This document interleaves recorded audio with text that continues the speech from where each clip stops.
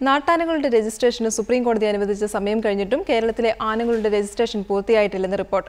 നിയമം നോക്കാതെ എല്ലാ ആനകൾക്കും രജിസ്ട്രേഷൻ നൽകാനുള്ള കേരളത്തിന്റെ നീക്കത്തിനെതിരെ കേന്ദ്ര ഉദ്യോഗസ്ഥർ രംഗത്തെത്തി.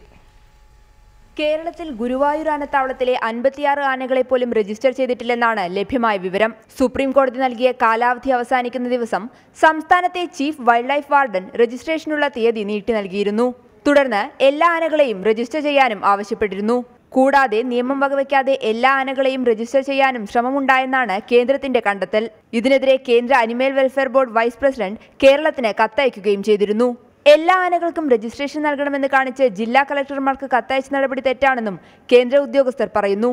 ഉടമസ്ഥ സർട്ടിഫിക്കറ്റ് ഇല്ലാത്ത എല്ലാ ആനകളെയും മോഷ്ടിച്ചതോ നിയമവിരുദ്ധമായി കടത്തിയതോ ആണെന്ന നിലപാടിലാണ് കേന്ദ്രം.